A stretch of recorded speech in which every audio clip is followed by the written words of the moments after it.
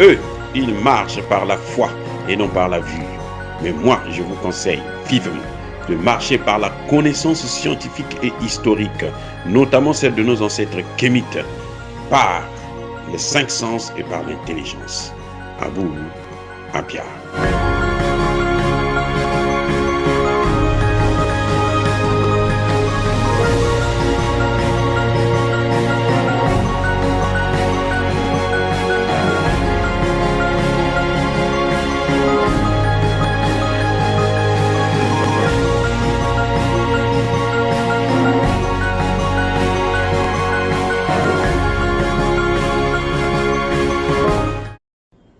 Bien-aimés frères et sœurs, vous voyez que derrière Olingi Nguema, il y a un homme qui visiblement n'est pas gabonais. Je reprends. Il y a un homme qui visiblement n'est pas gabonais.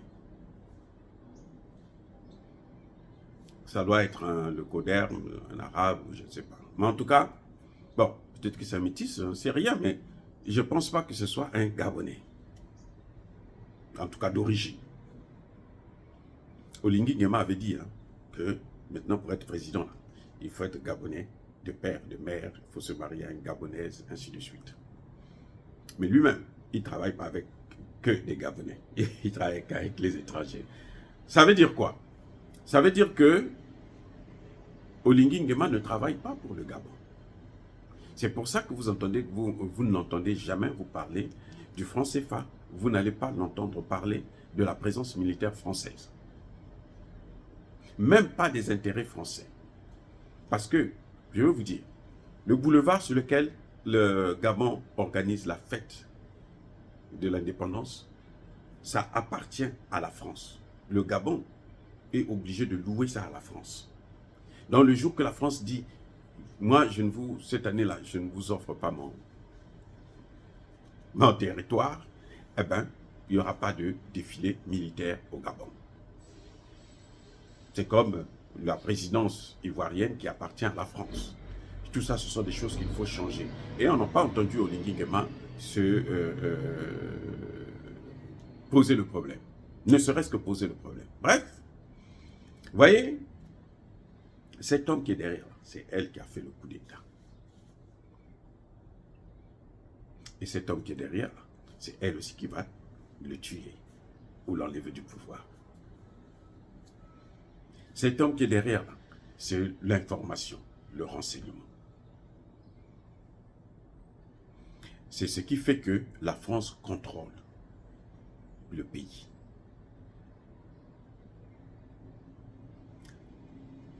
La France a organisé des coups d'État en Afrique parce que c'était la France qui détenait, qui présidait, qui gérait les services de renseignement africains. Donc je vous amène là à comprendre pourquoi la France a du mal à reprendre le dessus dans l'AES. Parce que la France a perdu le service de renseignement. Vous voyez les agitations de l'Algérie?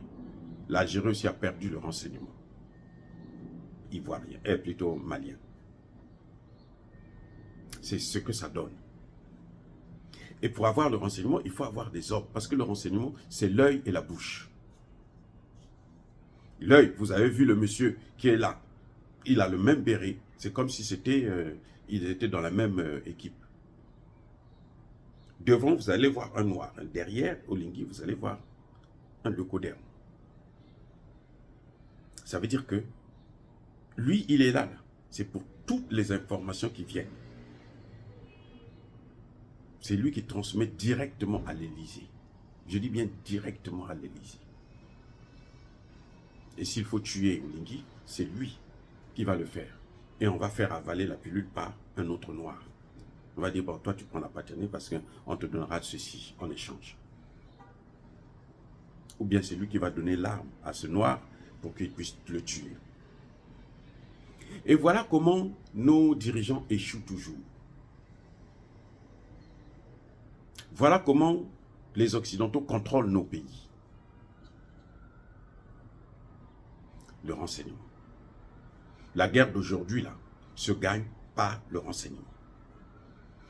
Quand les Occidentaux envoyaient des tonnes d'armes, dernière génération qu'ils avaient, que ce soit en France, aux États-Unis, en Allemagne, ainsi de suite. Ça arrive, la Russie arrive à les détruire. C'est quoi? Le renseignement. Lorsque vous ne maîtrisez pas le renseignement, vous ne pouvez pas réussir. Vous êtes condamné à échouer. La France avait toujours réussi à faire des coups d'État en Afrique parce que c'était elle qui avait le renseignement. C'est pour ça que les Français géraient toujours nos pays, nos dirigeants. Tshisekedi a pu mettre de côté les observateurs européens à cause de quoi? Le renseignement. On lui a donné l'information que regarde ceux-là qui viennent, ils ont ceci, ils ont cela. Quand on a mis ça sur la table, eux-mêmes, ils ont dit non, non, non, on se retire, on s'en va. Ils sont repartis. Après, ils disent, on va revenir encore, mais on va changer. On a dit non, c'est trop tard. Vous êtes partis, partez, ne revenez plus. Mais Tshisekedi va encore tomber parce qu'il va rappeler, il travaille avec les mêmes. Il a des mercenaires français avec lui. Le renseignement. C'est pour ça que vous voyez que malgré la montée, la force des Wazalendo, ils n'arrivent toujours pas à les éloigner définitivement du territoire congolais à cause du renseignement. La France aujourd'hui ne maîtrise plus l'AES. Elle est en train de faire des coups d'État, elle échoue. À cause de quoi? Le renseignement. À l'époque même, la présidence de la République, dans nos pays là, en Afrique francophone, la garde présidentielle était assurée par des Français. Donc ils avaient l'information. Maintenant, de plus en plus, on essaie de... on les change, on met des Africains. Mais encore, ces Africains, il faudrait qu'ils soient des Africains qui ne sont pas avec eux.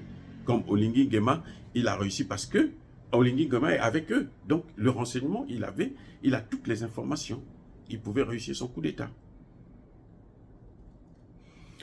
Donc, M. Olingi Nguema doit se débarrasser. Il faut qu'il soit modèle d'abord avec lui-même. Parce que cette hypocrisie-là, il y en a marre. Les vrais problèmes, il ne le règle pas. Il vous dit qu'en 4 mois, j'ai fait plus que ce que Ali Bongo a fait en 14 ans. Très bien. Mais tu n'as pas touché l'essentiel. Ça veut dire qu'à n'importe quel moment, tu retombes. Parce qu'en 4 mois, ce qui se passe, c'est quoi? Notre argent est dans les mains des Français. Donc, quand c'est un pouvoir qui est favorable à eux, ils ouvrent les portes du CFA. Ils prennent le CFA, ils te donnent. Ils annulent les dettes. Parce qu'ils savent qu'ils vont récupérer plus.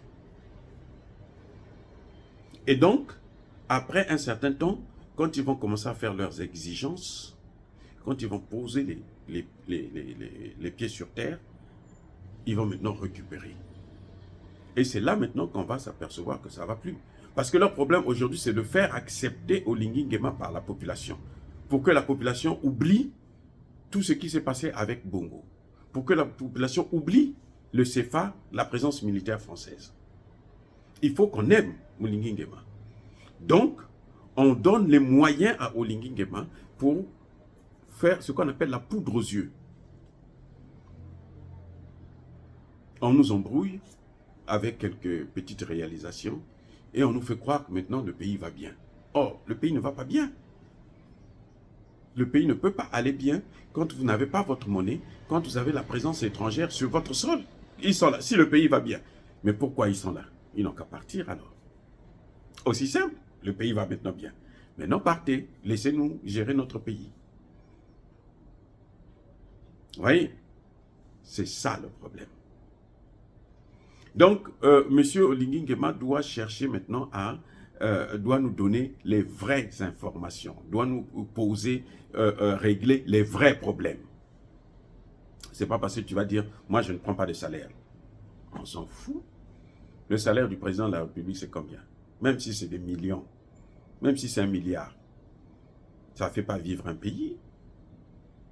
Non. Oui, ça soulage un peu, réduire le train de vie de l'État avec ça, mais tu as le salaire d'un général, et puis tu es déjà milliardaire. Partons tous à zéro, et puis toi, tu ne prends pas ton salaire, on va voir si tu vas vivre. Tout ça, c'est la comédie. Les vrais problèmes sont ailleurs. Et les vrais problèmes, Olingi Nguema ne les pose même pas. Je ne sais pas s'il les connaît. Parce que s'il les connaissait, il aurait dû au moins en parler. Mais il n'en parle pas. Ça veut dire qu'il ne connaît pas quels sont les vrais problèmes du Gabon. Les vrais problèmes du Gabon, là, ce n'est pas que moi j'ai fait une petite route goudronnée, j'ai pavé une route. Ce n'est pas ça le vrai problème du Gabon.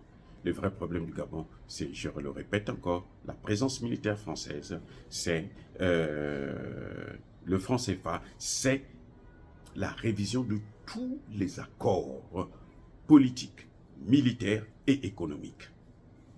La révision totale. On remet tout à plat et on regarde. Voilà ce qui constitue les problèmes du Gabon. Dire cela, c'est inciter à la haine ou à la violence. Non, il y a ma colère, il y a ma haine. Encore une fois de plus, bien-aimés frères et sœurs, je persiste et je signe. Soyez bénis, soyez abondamment bénis par le Dieu des Kémites, par nos ancêtres angélisés. Mais que tous ceux qui persécutent le continent africain le pillent et le déstabilisent. Qu'ils soient noirs, blancs, chinois, arabes, juifs, indiens ou qui qu'ils soient punis, maudits, foudroyés, neutralisés, écrasés, effacés par le Dieu des Kémites et par nos ancêtres angélisés. Vive l'Afrique éternelle, j'ai dit et j'assume.